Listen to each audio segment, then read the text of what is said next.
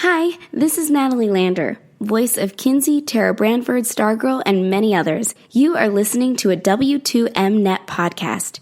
You can visit W2Mnet.com for other podcasts about entertainment, video games, sports, and wrestling.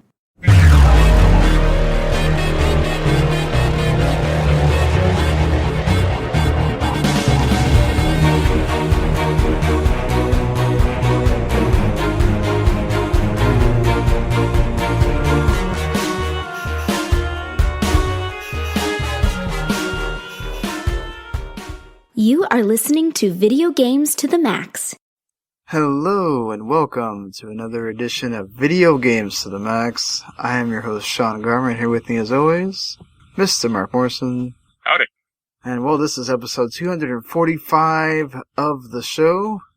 And of course, we are the official video games podcast of W2Mnet.com and in partnership with Last Word on Life, part of the Last Word on Sports network, Last Word Radio. You can find us on all the podcasts listening things that are out there. I have not actually checked if we ever got put on Amazon Music or not. I know I pushed the little button for Spreaker to do it, but I don't remember, because all the Spreaker stuff goes to an email that I don't really check that often. So we play it by ear. Yeah, we'll see how it goes. But yeah, it's crazy to think that, I thought we were going through just a normal day, and then all of a sudden started seeing things on Twitter that, everybody's getting PlayStation 5s today. Yep. Or yesterday, technically, when you're hearing this. Where's mine? Yeah, right? Gotta call Sony. Be like, I review games. Send me one, goddammit. I don't want to pay for one. It's funny to see, it's really funny to see the people that apparently FedEx likes to deliver things at 7 in the morning, and all the people that were like, I was not awake for that. Right. And you just had a random PS5 sitting on a doorstep. You're like, all right. Well, no, they couldn't leave it because it's signature required. So there's a lot of people there was a lot of folks that had no idea they were getting it, or they thought they were coming at 8 or 9 and set their alarms for a little bit before then, and then shows up at 7 a.m. and they're having a fight to see if they can bring it later the day or the next day or whatever. So yeah, that's an experience I'm dreading as well with when mine comes, of if I have to, because we're technically supposed to go get 2 of the cats fixed that morning, and I'm sitting there hoping to God that my tracker is not off, and somebody in my family will be at the house, but I'm still going. I'm going to be sitting on my porch step, waiting for it. Yeah. So, of course, hoping that we are one of the lucky ones that don't get that message that Amazon sent means that you'll get one, just not the launch one. So. If that's the case, I'll drive down to my Amazon warehouse, which is only 2 miles from the road, and start knocking on the door. Like, where is it? Right. Like, hey, you told me. I pre-ordered this thing. It's not here. What the heck? Yeah. Well, with that being said, we're going to go into since we're getting really close to launch now. We have people get their PS5s today, of course. So all the cycle we went through with the Xbox weeks ago, now basically it's free open for the Xbox. You can talk about basically anything, other than obviously certain game embargoes that probably still exist. Now we're going to go through that whole cycle with the PlayStation 5. So we'll see, I guess, every week now what we get to find out about it. And up until that launch, see if Marc and Jens get theirs, and then they'll be able to talk about it on here. I'll see if I get Jens is also getting a Series X, so see if Jens and us and I get that, and definitely we'll have to talk about that when it comes. So we'll be doing our launch, I guess it's not launch day, but around launch memories of getting consoles and what that was like through our various parts of life, I guess. So that'll be our big topic at the end. So you guys can look forward to that. And anything going on with you? Nope, playing a few games, but that's about it. How about you? I haven't played anything really this week. Just been working and working and just, yeah, man. It's torturous. I've been playing Breakpoint, that Ghost Recon game, because it's a real good game to just kind of not care about. Yeah. Like, because your AI can just decimate everyone. And I inadvertently beat it like 2 nights ago. Nice. Or at least, I took out like the John Barenthal bad guy. I think they've added 2 more already since then, but I just stumbled upon this base and this big tank there, and I took that thing down, which is hard. And then I was like, open the door, and I was just facing it off against John Barenthal. And I'm like, alright, I guess this is it. There you go. And that was not a fun fight, but I eventually took him out. No, definitely. And I also picked up a copy of American McGee's Alice. Oh, I have that. Yeah. The PC version or the console one? Oh, well, I have the one that's inside the second game. The console one. Yeah. That was that was supposed to be like a collector's download, but then they just added it for free. I picked up a PC copy for like $2, which I was shocked at, because on eBay it's like 15. This is just like a loose case also. It's not if it was like a full box and everything, it'd be a lot more. But that game is hard to play nowadays on a modern Windows. I like downloaded some weird patch to get it even running, and then when it did, I tried to adjust the resolution, and it freaked out and would not go above 640 by 480, and I'm like, this is not a pleasant experience. Oh, I bet, yeah. But I still like that game. Like it's interesting and it has really good music, and I mean it's old, but the art style kind of still works. Yeah, I do remember liking that game a lot. I think I actually played that game a lot more in the second one. Like I got farther. The second one is like more. It was like weird because he had like a dodge mechanic, so it felt like more of an action game. Oh yeah. I mean, the first was basically a third-person shooter. But yeah, that's been about all I've been playing. Yeah, I've thanks to Game Pass, been playing 2 games that hit on there recently. 2 games that are kind of similar and different in certain ways. One is Ikenfell, which is an RPG about your sister is a witch and you're trying to find out how she's doing, and you wind up finding out that your character is also a witch, and it's actually pretty funny. It has like an 8-bit-ish style, alright, like I guess 8 to 16-bit art style, and the gameplay catch is that it's turn-based. I guess it's the same thing like South Park Fractured But Whole. It's turn-based, but it also has where you have to move into the grid. Yeah.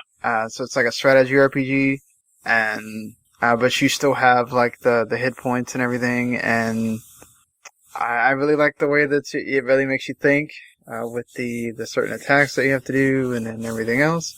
So pretty cool on that end. And then you have Star Renegades, which is also a strategy RPG, in that it has the top-down view of like a Command and Conquer or that kind of thing and when you're in the overworld, and then it like goes into this like one-on-one like RPG type battle, and you actually like have to pick attacks and try to break the enemy and all that stuff. And it has a story as well. So yeah, I kind of been going back and forth between those two. Star Renegades has more of a like sort of realistic style, but not live action either. So it's pretty cool. Like I think both of them are pretty like great games that you should, if you have Game Pass, you should check them out. Unless you just don't like strategy at all. Yeah. So yeah, I mean, if you like strategy games, I think you should both give them a shot. And speaking of strategy games, and speaking of surprises, Nintendo revealed the 30th anniversary of Fire Emblem, that they were going to release the first time ever English translation version of the original NES Fire Emblem, Shadow Dragon and the Blade of Light. Now the DS did get a remake of this, in case you don't know that. But that was a remake. They didn't just port it over, they made some changes that not everybody always cared for. but this is the actual, like, original version, just with English translation. It costs $6, so it's not, overly priced. They do have a really cool looking collector's edition that's sold out, of course. Has an art book, a replica NES game pack, a Nintendo Power poster, and a game box. I'll be trying to get that one.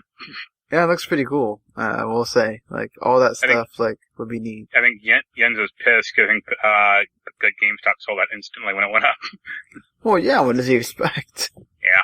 People really want that, and it's cheaper than an actual, like, buying a full game, so, I mean, yeah. That one's $50, Yeah, but most games are $60, so, like, still, you're paying $10 less than... $10 less for a, 30-year-old game. Yeah. Well, for a game that actually costs $6, you're buying all this other stuff.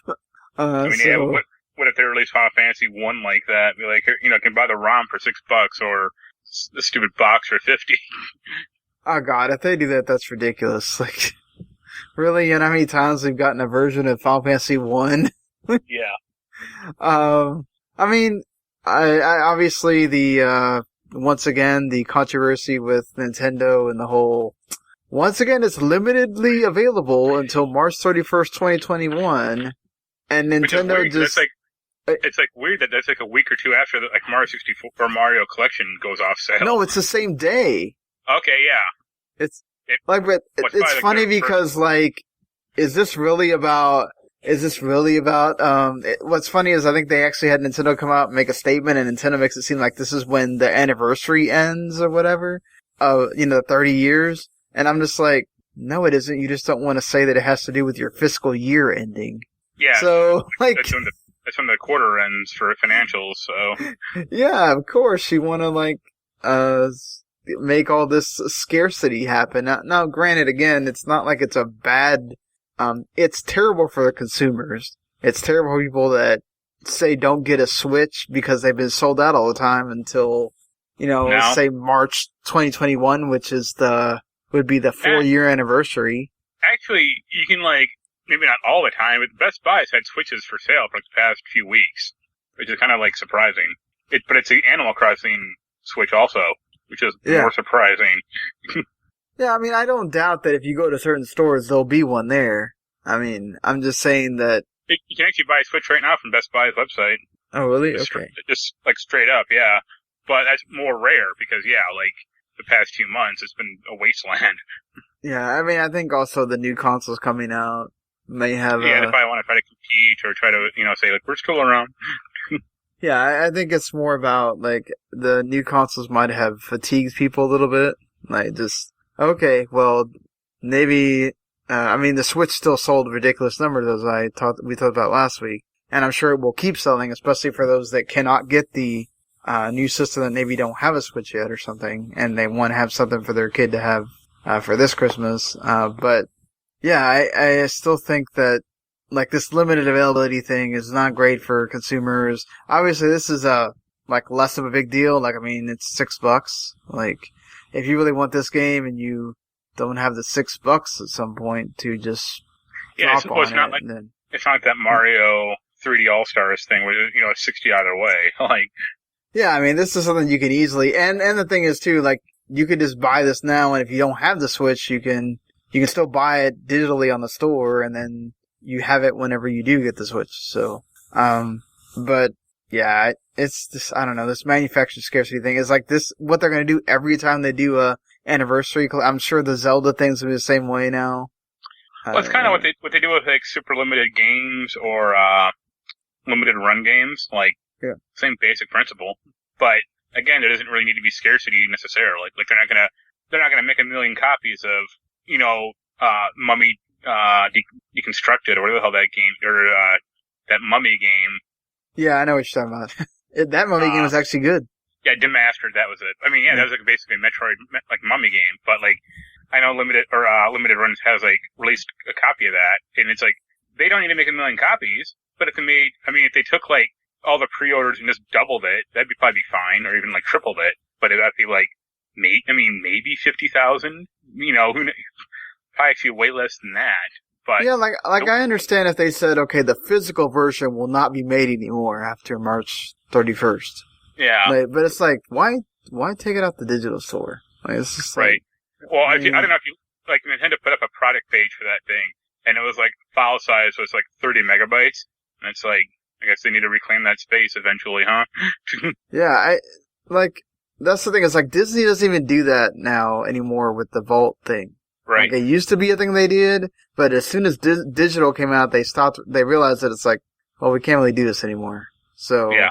Like, I mean, you go to their movie club thing, it's there, and it's always there, and whatever, you can buy what you want. But, I don't know, I get it works. It's not a bad strategy. But. I mean, it's kind of the same thing with, like, Blu-ray releases. Like, there's a company called Arrow Video, and they put out a film they put out, like, RoboCop last year, and it's like a special edition for, like, $25.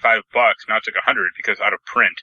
And it's like, well, right. Why is it out of print? Like, it's not even a year ago. That's the thing. It was like 9 months ago they put it out. And it's like, yeah. What, did he only have the license for 9 months? Or what the hell is the deal? Like, I think that, like, obviously, it's the same thing with, that happened with Mario. Like, a lot of these people bought that collector's edition just so they could scalp it and make money. Right. So. Although it's funny because I've seen that thing around, like, it's not it's not like rare. It's not out of print or anything. Yeah. I've actually seen it new for $55 at some stores. Yeah. I mean, because you have until March, so technically you don't have to rush out and buy it now, but I mean, they did get people to go buy it quickly. I don't know that it needed it to sell well. I think it would have sold well regardless.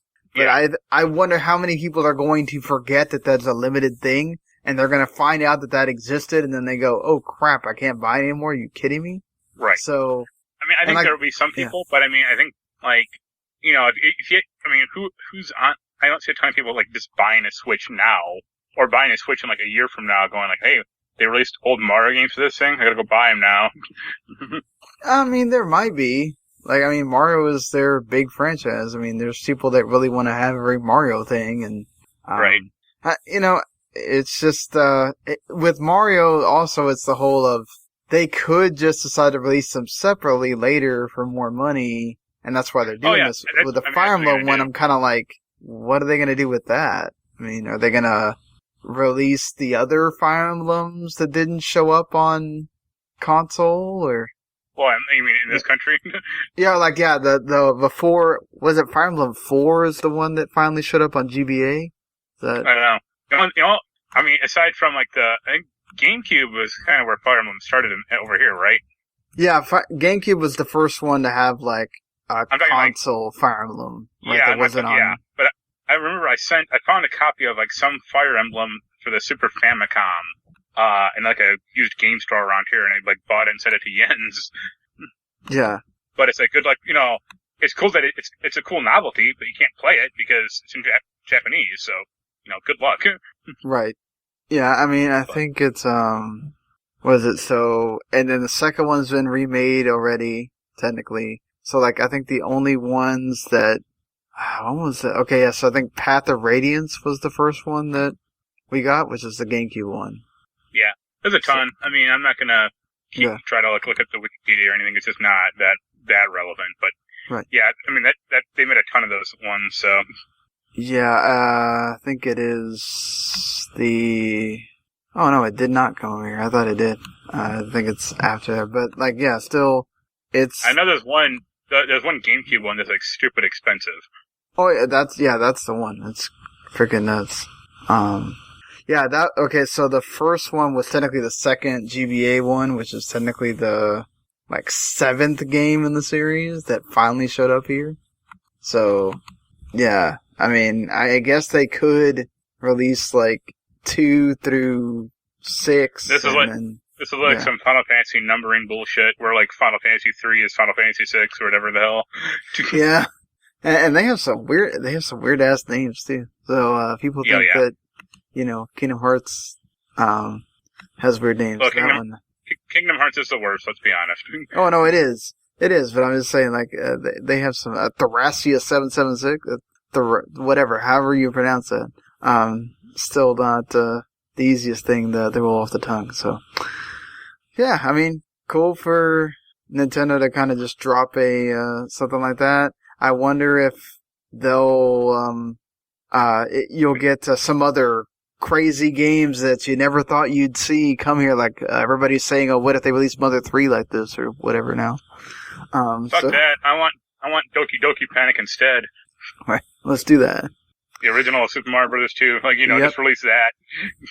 I'm surprised that really hasn't been released at this point. Yeah, well, it's a weird cash grab, kind of, but I think Doki Doki is like some weird franchise in Japan somehow. I'm not quite sure, but yeah, they don't like to acknowledge that game anymore, except for Birdo and like one or two other things. That's about it. Well, speaking of Nintendo, we usually speak a lot about how Nintendo does not like to cut prices unless they make a deal with a certain store, like they have with Walmart, where you can buy games as they released at $50. They have actually decided to cut the price of the Joy-Cons. It took them long enough. It's officially going to happen on November 9th. Joy-Con controllers will now be $39.99 instead of $50, so $40 instead of $50. And a pair will still be $80. I don't know how that works. You'd figure you'd still lower the pair a little bit. But no, I think it used to be like 90. I think the pair used to be 80, but each Joy-Con used to be like 50, didn't it? Right, yeah, each Joy-Con used to be 50. So now you actually can buy them for the same price as it would be to get them two separately. Right. So, that's cool. I feel like they should have done that a while ago, but I guess when people are still buying Switches, you don't need to do that. Also, I don't know if it's permanent, but it seems like the Pro Controller is basically just not $55. That's all I see. Yeah, it feels like it's constantly on sale. Yeah. Yeah. And I think there's some game bundle. It's either at Target or Walmart that's like the Pro Controller and Mario Kart Deluxe 8 for like $100. Not bad. Yeah, it's not terrible. Yeah. That's pretty good for a great Mario Kart game. So. And there's like some other weird bundle where it's like Mario. I think it's like Mario Kart 8 and maybe like New Super Mario Brothers for like $70, or it's like some weird bundle. That's also That's also pretty good. Maybe that's why those games keep selling. They keep selling all these bundles. Yeah. Oh no, it's It's Mario Kart 8 Deluxe and Super Mario Party for $100. Mario Party. The game that should have got more content, but did not, from Nintendo. Weird decision. Yeah. On their part. Well, I should note that, should have said this when we were talking about the PlayStation 5 stuff, but, in the UK, there's, unofficial PlayStation 5 shells that are coming, I guess, that you can use to cover your, PlayStation 5, so it's not just white. Even though they are making like a black one that they'll sell eventually. It comes in jungle camo, indigo blue, matte black, and cherry red, if you don't want, and chromatic as well. It's not Sony making it. This is like some third party website. Oh yeah, it's a third party. Sorry. Yeah. And it's like $40 per thing. Looks okay. The red one looks kind of cool actually, but I'd be concerned about how thick it's going to be or how well it's going to fit. They don't have a PS5s in stock to, compare. Right, yeah. I would definitely wait until the PS5s come out and they can actually form fit them. That's what I meant, yeah. They're kind of just guessing, or, this is all pre-production too. Right. Obviously once the console comes in stock, I'll buy one or two and go, okay, you need to put these clips at 8 inches apart or whatever like that. Yeah. If I ever get one, I'd probably just want to get like a clear one. That'd be cool. Yeah, that chrome one looks cool. Definitely. Yeah. I miss when you could consoles used to be cool. You could customize them, or they had different colors and shit. Well, now they come out with all those special edition ones and everything. Yeah, but not even that often. The PS4 had 2 or 3 special editions, and that was probably about it. The Destiny white one, they did a State of Play one with a sticker on it or something, and they did one other one that was super rare. The anniversary of the PlayStation. Yeah. They look like the original PlayStation one. Yeah. Right, but and the gold one that just came out. as a train goes through my room. But like, they used to just have different, like, colors. You know, like, think about, like, all the N64 colors back in the day. Or, you know, all the GameCube. But that's also when, like, the systems were much cheaper to make. I mean, you're coming out with these colors, people don't want them, and then you're having to, like, what do you do with them? But, it's also like, I mean, yeah, but, I mean, they could, you know, not quality control, but, you know, test out which color people might like, or focus group, that type of stuff. Yeah, I mean, but I think that's the thing is, like, a lot of people, I think it's also, like, since, well, I mean, the PlayStation 2 did it really have a lot of different... They had, not in this country. In Europe, they did. They had at least 5 different colors, because they did, like, some weird racing, racing series. So they had, silver, yellow, red, white, and blue. Not in this country, though, obviously. Yeah, but I feel like ever since we've started having where these consoles also kind of double as like app machines and entertainment things, like you want these things that also don't look like a sore thumb in your entertainment center, which I mean both of these consoles now are extremely difficult to put into your entertainment centers now because they're so big and they both have to be vertical to look okay because they both look really weird on their sides. So yeah, I don't know how that's going to work for people's, I feel like now you're just going to have the system next to your TV instead of underneath your TV. So we'll see how that goes. Yeah. For people. I mean, I don't have an entertainment center, like, a traditional one. I just have my TV on top of something and have my console surrounding it.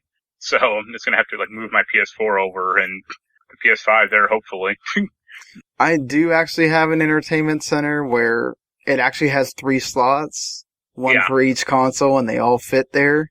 That's not going to happen for the Switch will still have its slot, but the other 2 will have to be, I guess, both next to the TV because I'm not going to sit them, to their sides because I don't know, it's just going to look too weird to me.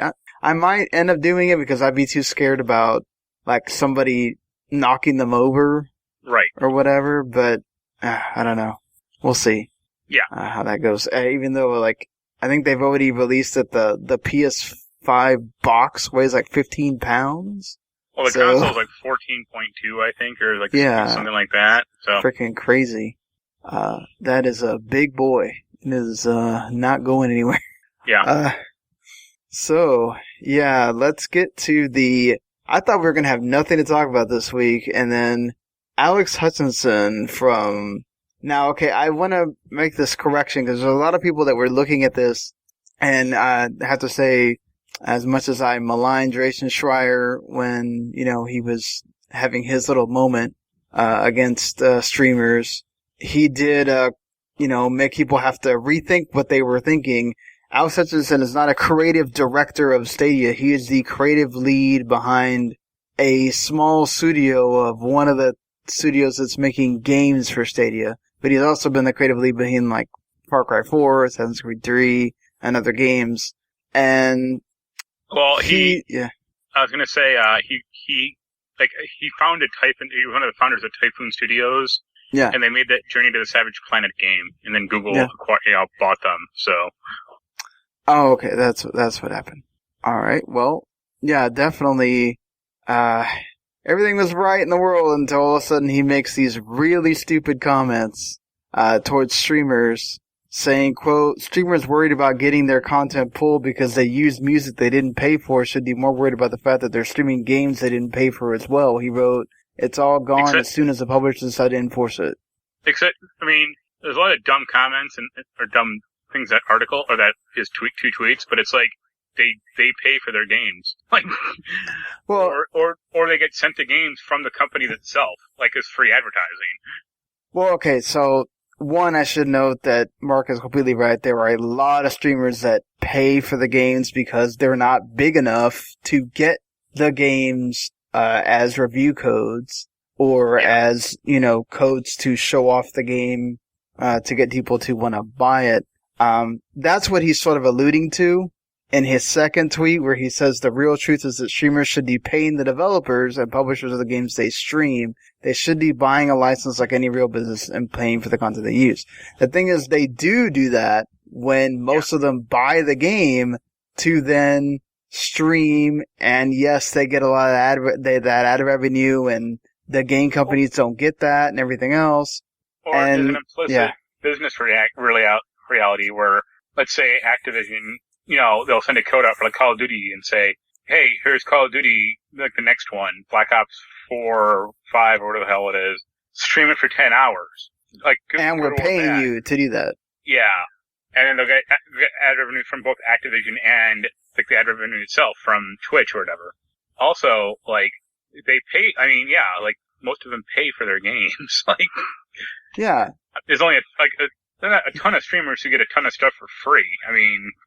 Well, that's the thing too, is right, a lot of times streamers have their certain games that they stream, right? They're known for those types of games. So they may get codes for those types of games, but if they want to buy, let's say they don't stream Call of Duty all the time, but they want to buy it to play, they want to have it to play with their friend, they have to buy that because they're probably not going to get the code for it because they're not going to spend the time that it would take for them to stream for it to really make sense for the company to send a code. It's the same thing, the same process they go through when they decide to send us a code, which is we're a very small site compared to, IGN and whatever, who do get everything because how huge they are. But we don't get everything because of that, because we're much smaller. They have to weigh we're sending this, with us, it's more of an implicit, here's the code, you have to review it.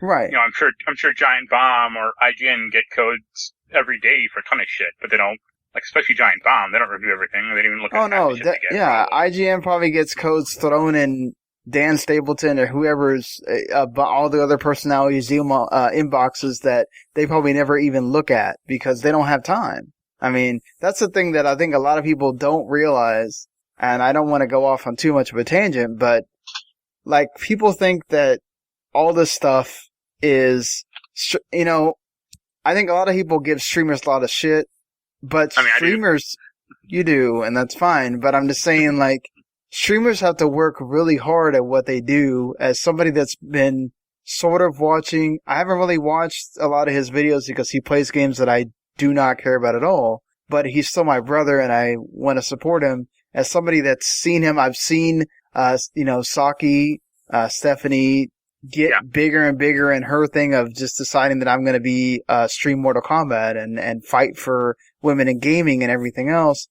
I like seeing her get bigger and bigger and how much you really have to work at that and how much hours you're spending streaming, and that's work. That's not everybody can do that. And also go ahead, sorry. I was going to say another dumb point of his tweets is about paying licenses. It's what about free to play games like Apex Legends? There's no license. Fortnite. Yeah. They make so much money off of people watching a stream, and then all these people decide that they want to go play Fortnite now. Or how many of those kids, Roblox is about to open up an IPO, for God's sakes, and how many people just kids watch streams of people playing, and then they went and played themselves. So it's incredible to me, this guy that thinks that, there is a lot of games. Among Us would be nothing without streaming. There's so many games that would be nothing without streaming. Yeah, or Fall Guys or Rocket League. Rocket League could really PUBG owes a little bit of itself to streaming. The whole battle royale genre, period. Yeah. Yeah, it became popular because of streaming, and there's so many other games that came from that because of streaming. A lot of multiplayer games, period, nowadays, because of streaming. So. On second thought, this guy's right. No, I'm kidding. Yeah, it's you cannot compare this to music or movies, because movies, yes, you're watching it, right? If somebody else streams this and you watch the movie, the chance is you're not going to want to watch it again. Also, movies aren't interactive, and they're usually about 2 hours. I mean... Yeah, exactly. Like, and then, same thing, a song, right? Like, you can just go on YouTube, listen to the song all you want to, and you're not paying anyone or whatever. You're not paying to use it on YouTube. You have to deal with the ads, but it's like, it's not like a game. Like, most people, there are some people, and I'm talking about a very small number, very small, that will just decide to watch Last of Us 2 being played by someone and not go play it themselves. I know people like that. Like when GTA 5 was coming out, like way back in the day, like I had someone like going like, "Oh, I'm not going to buy it. I'll just watch it on YouTube." And it's like that's not quite the same thing. Like I know, but it's been proven time and time again. All these people that said, "Oh, streaming is going to kill single player games." Really? No, they're the ones that sell the most. No, it's essentially free advertising, or implicitly paid, or sometimes paid advertising, but still like that. Amazon MMO they're putting out, I think, like the New Day or the New World or some stupid name like that. Like, they paid people to play it to generate conceivably good buzz. I mean, right. It gets dirty when they mandate that. But I mean, if it's a genuine reaction, it's good. But if it's like, oh, remember, Evolve. Evolve, that horrible like 1-on-4 like hunter game. It's like there were a lot of streamers for that thing when it first came out. And you gotta wonder, like, how much were they getting paid to be positive about it? Cause, like, Friday the 13th went through the same thing. There's a lot of people that really enjoyed that game. Like, after the first 2 or 3 weeks, when the player base just drops off completely, it's like, well, on to the next game, I guess. Yeah, Dead by Daylight is kind of the only one that's been able to keep that. Yeah. So, yeah, I just think that there's people like this. I don't know what his headspace was when he said this. Like, was he having a freaking drunk episode? Like, I don't know anybody that just...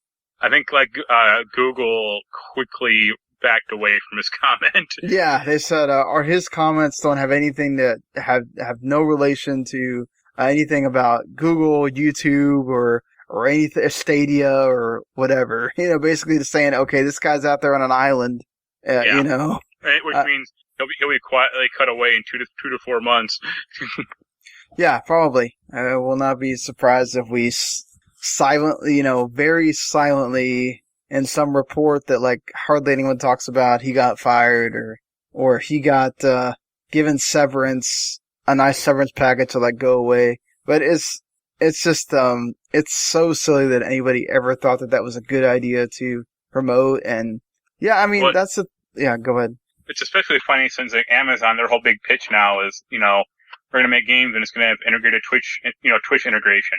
And and the whole Luna thing. Yeah. Yeah, like, so, exactly, the whole point of Stadia at one point was, oh, you're going to be able to watch your favorite streamer and then immediately go to that part of the game and play with them and figure it out with them or whatever. And it's like, okay, like, come on, just. Well, it was funny. I mean, this is very, like, tangentially related, but I think Alex Navarro from Giant Bomb, his tweet was like, speaking of things people don't want to pay for, how's Stadia going? Yeah. And then Hutchinson responded, he was like, oh, it's going better than Giant Bomb. And it's like, no, like. Really? No, yeah. you idiot. Like, and then I saw some other person tweet, it was like, well, at least Giant Bomb works on Chromecast,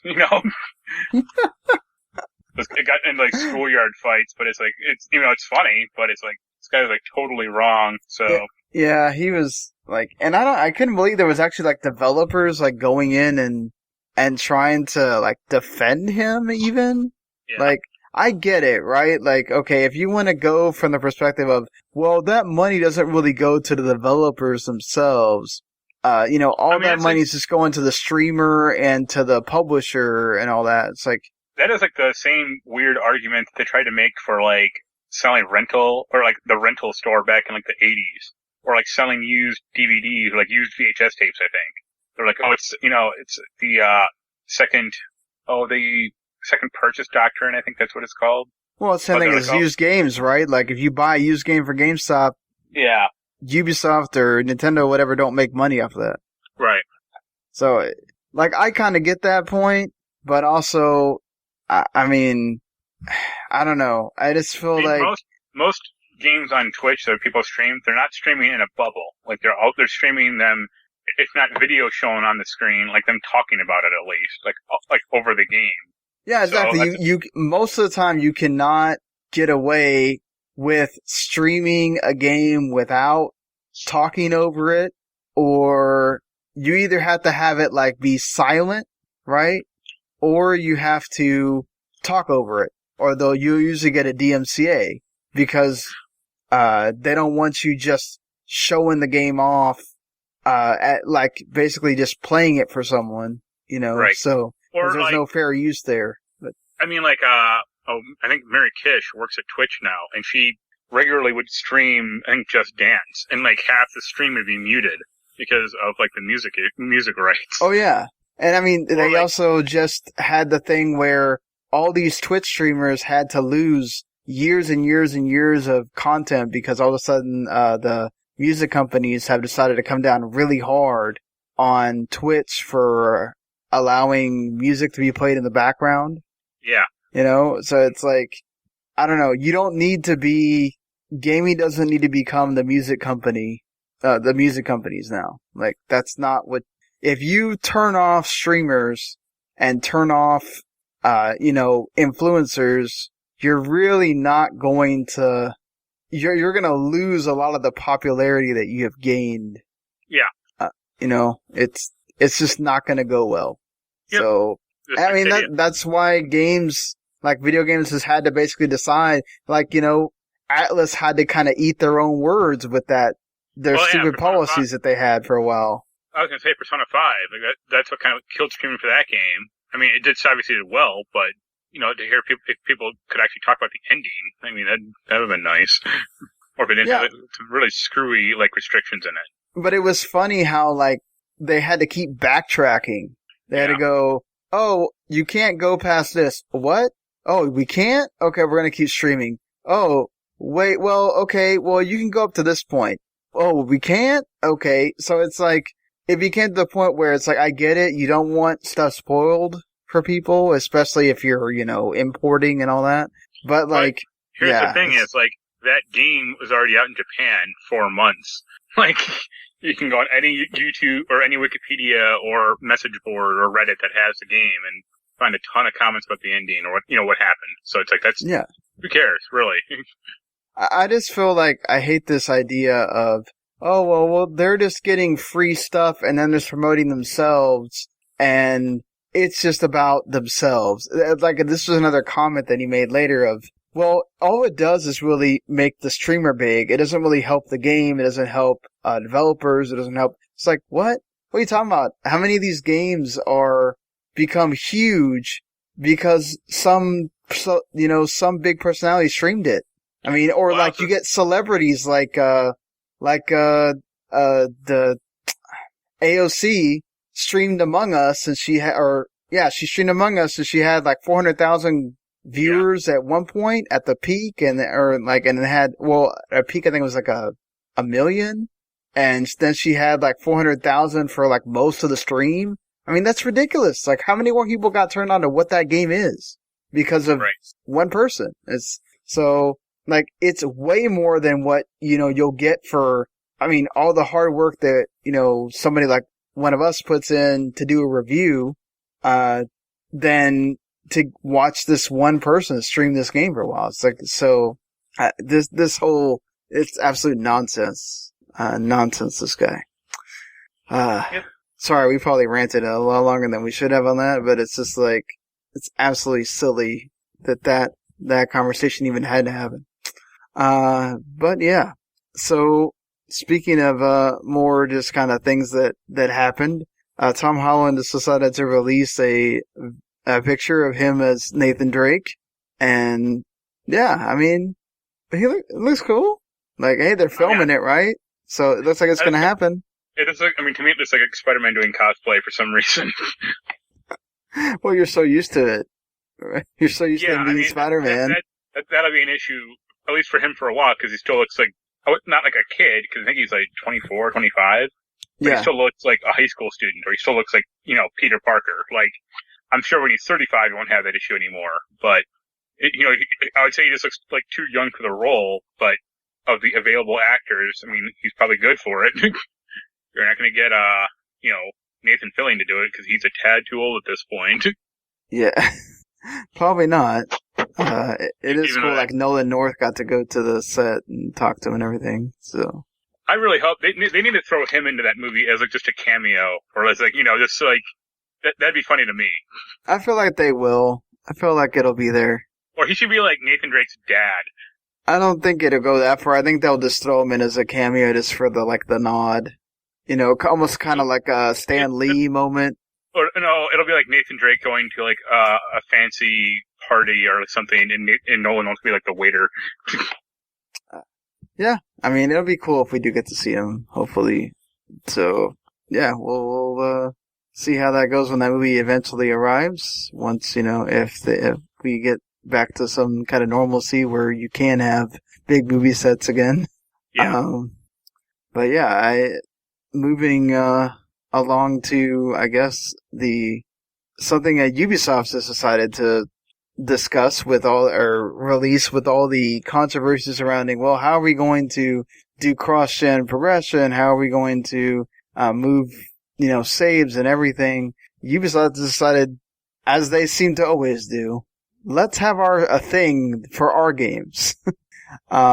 Sort of kind of like Uplay, but it's going to be called Ubisoft Connect. So the first game it's really going to launch with is Watch Dogs Legion, which comes out at the end of in a few days.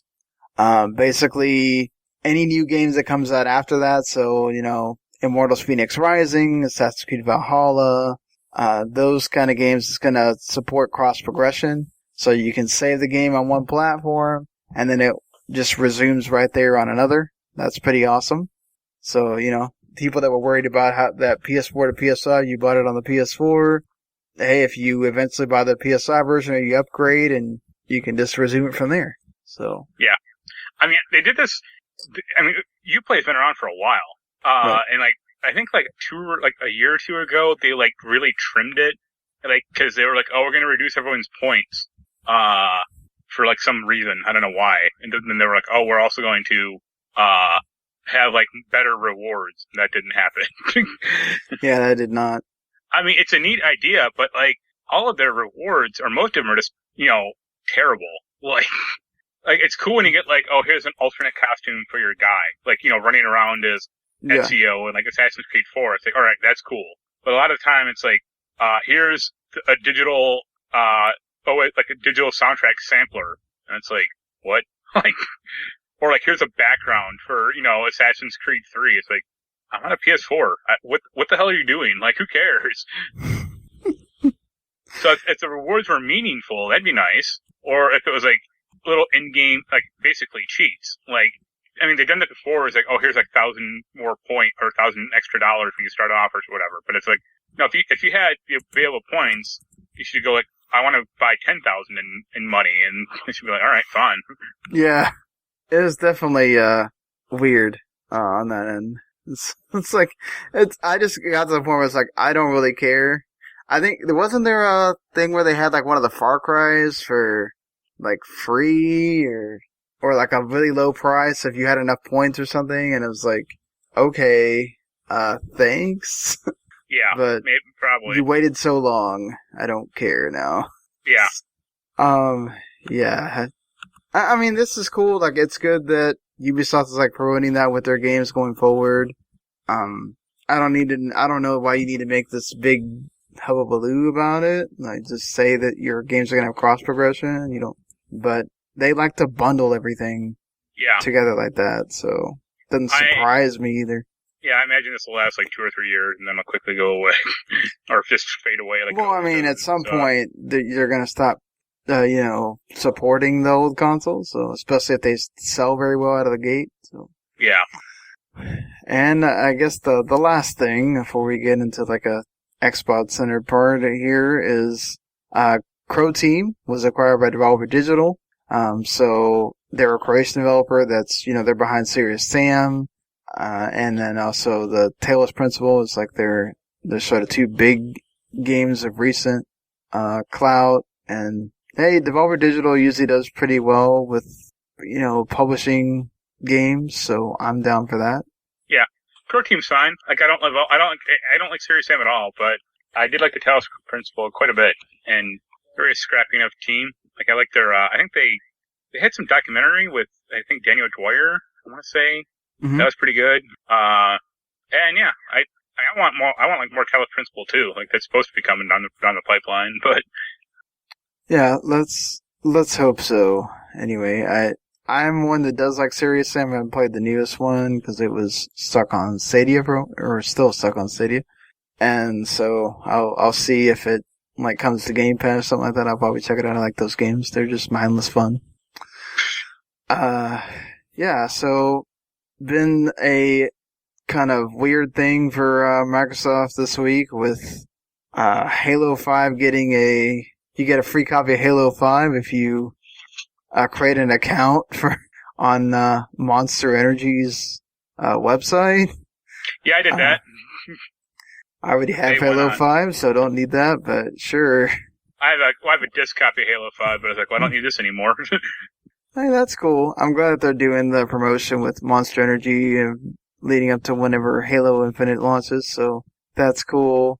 Apparently, now you can, thanks to an update, you can remote play Xbox One titles to your iPhones and iPads. They had already done remote play where you can do your console to PC, so that's cool that it would apparently also work for Series X and S games. It doesn't work for like backwards compatible stuff, but if this is what eventually is going to lead us to getting the full Game Pass on iPhone and iPad, I'm down with that. Right. And speaking of that, Phil Spencer was talking to, I can't remember the website now, but Tom Warren from The Verge kind of reported on this as well, that at one point Phil Spencer had hinted at, he wanted to make like a Microsoft Stick, but this is back when they were really promoting the entertainment stuff. So it kind of had gone into the background. And then now with xCloud, he was kind of asked about it again. He said, I think you're going to see lower price hardware as part of our ecosystem when you think about streaming sticks and other things that somebody might want to just go plug into their TV and go play via xCloud. You could imagine us even having something that we just included in the Game Pass subscription that gave you an ability to stream xCloud games to your television and buying the controller, similar to what you do with the phone already, where you can just buy the Bluetooth controller and then use your phone to stream it. So it'd be much more like Stadia, where you could stick the, like a Fire Stick thing into your TV, buy the controller, which is $60, $70, something around that, $50 maybe. I think the Bluetooth one's $70. And then those are one-time purchases, and then you just pay your $15 a month, and there you go. You have access to that on your TV. Yeah, but the problem is no one cares about like the stick TV nonsense. Well, that's not true. There's a lot of people that maybe they don't want to pay $500, $300, $400, $500 for a console. Well, need to remind you of two things: how well Stadia is doing currently, and then how well the Steam streaming box thing did, Steam Link. Well, but apparently, like anybody that has streamed xCloud, it works really well and way better than Stadia. And also, I don't think it's a matter of streaming quality necessarily. I don't think a ton of people are interested in this as like this grand ideal. Like that's my bigger issue. It does have to do with that. Obviously, people are still wanting consoles, but I think as an alternative, as a way to tell people, okay, I have really good internet, but I don't have the money to just put down on having a gaming PC or having a console. Like, I don't think it's bad to have like an entry point that's a lot cheaper. Maybe not a lot of people buy it. Well, isn't their entry point the Series S? Mm-hmm. Right, but if you're just, okay, especially with data caps now, right? Like, if you're not, to save money from constantly having to download or whatever, you can, stream for a while. Yeah, streaming's like more data intensive than just downloading the thing. Yeah, I don't know. I feel like it's a good intention, at least. Will it actually work? It's the same thing as Game Pass in itself. Like, there's still a lot that we have to see what happens with this generation. Is this going to be the generation that accepts Game Pass and says, oh, this is a better idea than paying $70 for your game? Am I okay with having games like this? Am I okay with games that disappear, right, off the service, that aren't first party? Like, I think this is going to be the make or break for Microsoft as a whole, I think, too, because they are really putting all their eggs in one basket. Yeah. I mean, obviously the studios, but yeah, go ahead. I was going to say, I just don't think, like, I don't even think now we're at that level, like, about, like, this whole streaming thing, you know, their whole streaming feature. I mean, yeah, it'd be nice, but I don't think we're there. And, I mean, well, no, you might be, but, I mean, like, I would still say a majority of the country supposed to have good internet. Well, but the thing with Game Pass, you still download the games, right? It's not just total streaming. So, like, that's the thing is, xCloud to me, this is why they packed it in also, is because it's a nice, like, extra, right? If you have really good internet, or you have a, you know, you have a Wi-Fi hotspot thing, or whatever, and you want to go to the park and play something on your phone for a little while, or I don't know, what other thing you want to, idea you want to come up with. Like, it's not a bad thing to be able to have. But I don't know that it's going to be somebody's sole way of playing a game, but it is perhaps. There are mobile gamers, right, that may never really give a crap to sit underneath their TV and play something, but they'll do it if they can just only have a controller and play on their phone, you know? Like, I don't know how, you know, say Anaya is going to feel about that as years go by, right? If, like, she's so used to playing with things on her tablet or on her phone. I mean, she does play things on the computer, but I'm saying, like, as things get cheaper and cheaper, to just do things without having boxes tied to them, maybe it does. I mean, it's like me and Jens being old men because we buy DVDs or, you know, buy Blu-rays. Yeah. But that's, I mean, I think it's fine, or, you know. Well, at least you guys have accepted the digital, like, of buying it, right? Like, you guys aren't going, I mean, you do it sometimes because it's cheaper, right? To go to the Walmart and buy the Switch game, or. I have like, I don't know, 25, maybe 30 at the most, like, physical PS4 games. I have like 300 digital ones. Right, yeah. Like, you have at least accepted that, okay, you're gonna buy the games digitally if they're available, unless there's like some crazy sale for it physically or whatever. Yeah. You know? And I think that's one step. I think a lot of people have at least gotten to that point. We'll see how that gets with streaming and then just Game Pass in general, with this generation. And a weird thing that continues to, like, play Control itself. I mean, for a long time they said that the Ultimate Edition, they couldn't just upgrade it, you know, with Xbox, like a lot of the other things, like with Smart Delivery or whatever. And now they've kind of sort of explained part of it, that the Control Ultimate Edition is so big with the expansions, it's over 50 gigabytes, so they couldn't fit it all on one Xbox disc. So, using this intelligent delivery thing, that you actually have some content on the disc and the rest of it you have to download. Yeah. To get the whole, I guess, Ultimate Edition. And you actually have to possibly even stream part of the campaign. Well, it's like, you know, if you download it, then it's just downloaded. But it's like, it starts you out pretty, like, you can't play that far into it until you start, like, down the rest of the game, essentially. Yeah. That's an interesting... Like, the PS4 copy is fine, because they're like, oh, you have better compression, like, algorithms or whatever. And it's like, alright, cool, but that's still kind of weird on the Xbox One. Yeah. I mean, that's only affects if you bought it physically. Yeah, right. But still kind of a funny thing, that, like, seems like Control always has this thing, can't do this, can't do that, something else happening, there when it comes to Xbox for them. But, right. I mean, the big rumor back then was they were going to make they were going to buy whatever, Quantum Break, Alan Wake company. Yeah, I forget the developer name, but Remedy, yeah. And then that didn't happen. Yeah, I'm kind of glad they didn't. I mean, they used to, like... I mean, they were in partnership, but like I think after Quantum Break kind of bombed, they were like, all right, we're just gonna make games by ourselves. Yeah, I mean, then there were rumors for a while that like Microsoft had tried to, or rumors that people had started putting out there that weren't true of like, oh, Microsoft will be buying Bungie again. Yeah. So, did you see I forgot to mention this last week, there was a small rumor that because apparently Microsoft still has things to announce like closer to when the console launches. Some people are thinking it's another company they might have purchased. And I saw a rumor of somebody saying Valve and Microsoft made a deal where you can play your Steam games on Series X and S. I doubt it severely. Yeah.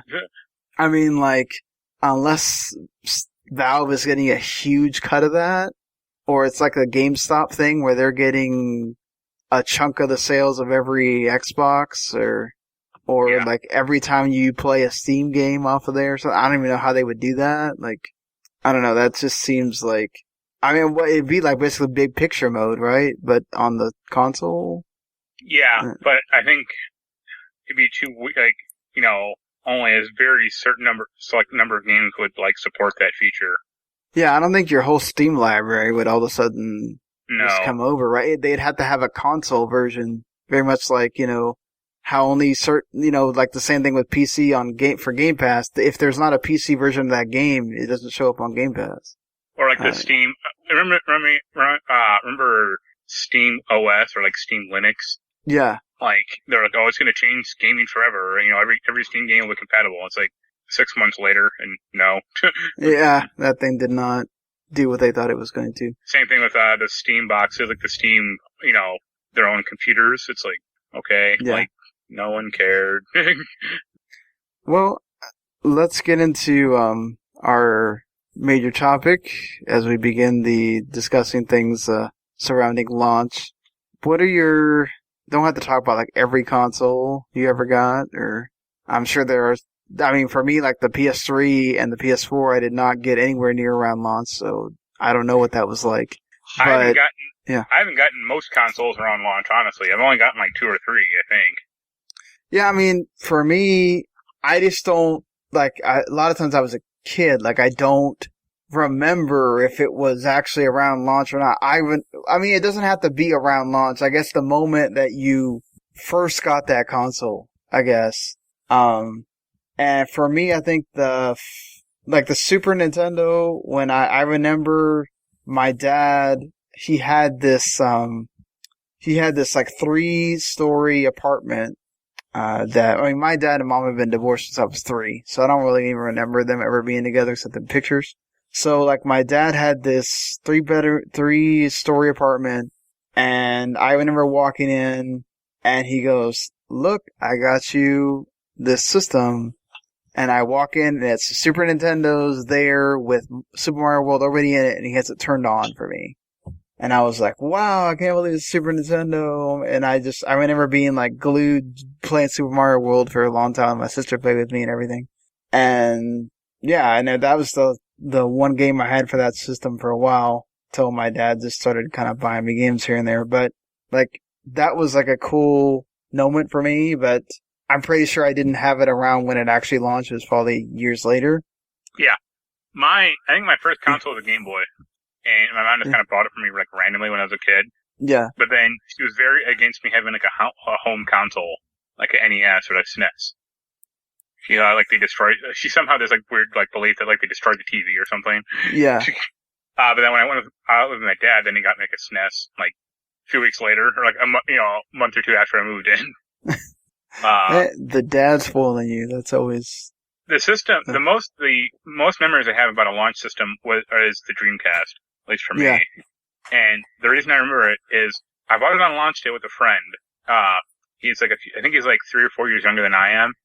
And his mom, I'm friends with his mom also, so we all went to like Toys R Us, and I bought a Dreamcast. Yeah. He bought a Dreamcast, and he got Sonic Adventure, and I got Hydro Thunder, I think, and I think I also got Sonic Adventure, and we had to go back to the fucking Toys R Us like 3 or 4 times to get Sonic Adventure games that worked, because our copies just did not boot, and my Hydro Thunder copy had a real neat bug where you couldn't save the game, or else the game would crash. What the heck? I think you could save the game, but then you couldn't load it. Then it would just like freeze up instantly.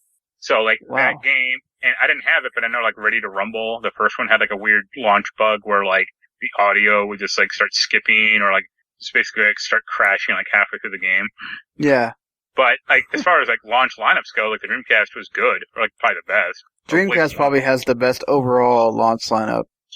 And we'll talk about that in another show, but yeah, but yeah, I remember the Dreamcast quite vividly because I keep going back to the Toys R Us, and it was like the clerk would be like, "What's wrong with this? It just doesn't work." Like either we have defective consoles or the game is defective, one of the two, and it turned out it was the games. And the other big one I remember is getting my PS2 later on. I didn't get it. I got that like after launch. I got it like at least 2 or 3 years after, because the first game I got with it was GTA Vice City. Yeah. And I didn't get a memory card. So for like a week or two after the system, like I got the system. So I got to be real good at busting out through those first like intro missions, 3 or 4 times. Yeah. Well, that happened to me, I think, with the PS1 until I convinced my grandpa to buy me another memory card, because I think it was like with I can't remember what game, but like it was, as the save file was like 8 gigs or something, and I didn't have enough space, so I had to keep repeating the same parts of the level over and over and over, and leaving it on. Which system? For the PS1. Oh, 8 blocks is probably... Yeah, 8 blocks, yeah. It had like 15 blocks. Yeah, most per games card. were like 1 or 2 blocks, but there were like there were like a handful of games that were like 5 or 10 blocks. Yeah. What the fuck? I think there was one game that required like the whole memory card to save. Oh god, I don't remember what game that was, but yes. I didn't, yeah. And I was like, what the heck? I have to have a whole memory card just for this one game? Yeah. What is it? The first one I think I really remember that was like, I knew it was coming. Like I knew about the system, right? Yeah. Is a 64. And I remember getting it, and there was only like 2 games. There was Mario and Pilot Wings, right? So like everybody had to get Mario and Pilot Wings. And right. I remember playing Pilot Wings. I had no idea what the heck that was. And I had Mario in, and I was excited. And like, I was so excited that I was running up the stairs and I dropped it. And it went all the way back down the stairs. And my brother was like, if that thing still works, that's amazing, because it just went down like 20 stairs. Yeah, and it did. Back in the day, those consoles, were durable. He's like, dude, you just got this and you already broke it, and I put it in and it worked. He's like, wow. And so like I'll never forget that, like being so excited that I dropped the thing on the stairs. I was like, okay. And I still had that thing for a long time. I think until my grandparents had to sell their house, and my dad didn't think about, Sean might want this, and I think he sold it in the estate sale along with all my wrestling DVDs that I had collected over the years and everything. So yeah, but I still had that launch 64 for a long time. So like, it's crazy how the consoles back then still work. A lot of times the PS2s now, it's no way they'll still work with the PS3s because the laser would stop working or whatever. Yep. So yeah, I think that's the last, because like I did get at one point the PS1 and the 64 at the same time, but I don't remember playing that PS1 that much. That was more my sister's console. I remember when I got the Xbox, the original Xbox, and I think the game, it wasn't like at launch, but it was pretty near launch. I think that thing launched in like September, and I got mine like November, I think, or maybe like the next January or something. Mm-hmm. But I remember the game I got with it wasn't Halo. Instead I picked out willingly Tony Hawk Pro Skater 2X. Wow. I stand by that choice. Yeah. I got an Xbox because that was we played Halo at summer parties all the time. So I eventually got a Halo thing, but I told my dad, I think my dad was like, for my birthday, he got it for me. But I don't know why I had this dumb fight about, at that time, this is when you still had games come with the system. Yeah. So, like, the bundle was Halo with NFL Fever some year. Yeah. And there was one that came with, like, Halo and some other game, and I can't remember what it was. And my dad was sitting there going, no, this is what I'm going to get you. This is what I'm going to get you. You like sports or anything. I was like, Dad, I don't want that game. It's bad. Like, and I kept arguing with him, and he's like, but this is, this is cheaper, or this is like this is like more expensive or whatever. I was like, Dad, I don't care if I'm only getting this one game instead of two. I just want that. And we had an argument, I think, for 20 minutes. I didn't realize how stupid it was until like how much later, years later. But yeah, but I was excited to have that Xbox, and then, didn't realize years later how many games I did, that system didn't have that many great games or whatever, but. I mean, I actually like the Xbox quite a bit. It just doesn't have like JRPGs, but it has a lot of everything else. Yeah, I mean, I remember playing like, Gen Empire a lot, and, Dead or Alive, and Halo, of course. So yeah, I mean, like, a Ninja Gaiden was my game I played for over and over and over. So yeah, it's, that's kind of like, cause after that, except for the Dreamcast, I remember my dad. Dreamcast was before that. Yeah, like my Dreamcast, I know it was around launch. It wasn't at launch. We were at a Best Buy, I think, and he said it was around my birthday, because my birthday's in November. He's like, I know you don't have this system. Do you want this? And I'm like, at the time I had no idea what the heck that was, really. Right. And he just bought it, and then I had, I think, Sonic and like the NBA 2K and NFL 2K, and that was it. And I really enjoyed those games, and I was like, wow, this Dreamcast is great. And then Hydro Thunder came out, and we played that forever. Like, so you didn't even realize how great the Dreamcast was until all of a sudden there was no more Dreamcast at all out of thin air. So you're the one of the people who got snowed in by Sonic Adventure, huh? Hey, why not? I remember playing the little Chow. The Chow thing, and taking that little thing with me. And it lasted an hour before it killed the battery life in the VMU. Exactly. And it died, and I was like, what the heck? And then it took me a while to figure out I had to put it back in the controller for it to, like, charge. No, it didn't charge. I mean, once the batteries were gone, they were gone. There were like two, like, wash batteries, I think, but that thing sucked power like crazy. Yeah. I mean, most of the other systems I got were like later, so they don't count. Like I got my PS3 in like 2012, 2013. Yep, same thing with me. And I only got that really. I mean, I got the launch model actually from like a GameStop, but I only got that to play like Metal Gear Solid 4 and like Tokyo Jungle and Trash Panic, and that's about it.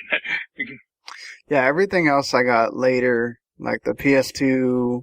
I got when Just Bring It came out. GameCube, I don't remember exactly when I got, that might have been close to launch, but I don't remember. Yeah. And like everything else I got because of some game that I really wanted came out, and that's when I would ask for it. It wasn't, got the thing at launch. I know I've told this story, but it's my favorite ones is I had a friend, this was like in high school. He bought Final Fantasy X on like launch day for that game. And that was like 2002, 2003 maybe? 2001, sorry. Or, it came out in America, like late 2001, December. And he bought that game on launch day. He didn't own a PS2 at the time to play it.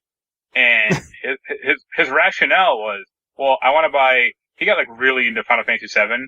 And like, because, that's like the game that most people got into Final Fantasy with, so. Right. But he's like, he was like, it's a tradition of mine to buy Final Fantasies on launch days. And I was like, alright, that's an okay tradition, but a better tradition is to own the console that play it on first. Yeah, right. And then he didn't own a PS2 for like a year after. Wow, so you just have the game sitting there, you can't play it. I would make fun of him. I was like, so, how are you enjoying that instruction manual? Is it keeping your interest over the past year? There is some, I mean, if you're gonna buy a game and like the next week you're gonna get the console, like, that's fine. Right, yeah. But when it passes the 6-month mark, that's a little more strange. Yeah, or, with the Nintendo strategy now, I guess if you want to buy those games and you don't own the console, but you're going to buy the console eventually, then sure. But well, that one, that Fire Emblem game, I'm curious because I assume in that box you'll just get a download code. So, yeah, definitely. It's not a cartridge. It's you get the Nintendo cartridge, right? That's not real. It's just like a replica, or it's like a piece of hunk of plastic. But it's like, I mean, I wouldn't expect that to work, but it'd be nice if they put it on a cart, like a Switch cart. Right, yeah. I don't think so, though, because they'd charge more than $6 at that point.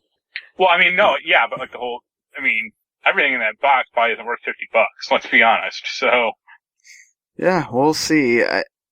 I definitely, I hope that means, if it does well, they'll just release the other ones, just to have, but we'll see. I'm pretty sure Nintendo is not done with this limited release strategy, and I don't think it's only going to be Zelda. There'll be other things. I would not be surprised if now Metroid, the trilogy, if that ever comes out, that also sees that kind of treatment. Now, which really needs me to believe that they're going to do the same kind of job to the Metroid trilogy that they're doing that they did to Mario. It's not going to be this, like, oh, we went through the whole remastering it and everything else. Right. No, it'll just be the 3 games, like with probably like better controls. That's about it. Yeah, exactly. But that's what they'll do with Skyward Sword too. Yeah, that Metroid Prime trilogy is kind of expensive. Like, if you just want to buy it used, it's like $80. So. Well, yeah, definitely. Get that. But yeah. So, what are your memories of getting games around launch or when you first got that system? Let us know. PS2. Yeah. Oh, yeah.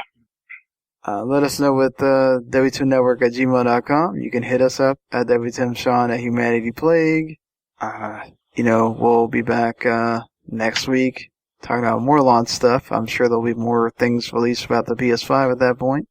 And yeah, we get closer and closer to the launch of the next generation. And until then, hit subscribe if you like what you hear.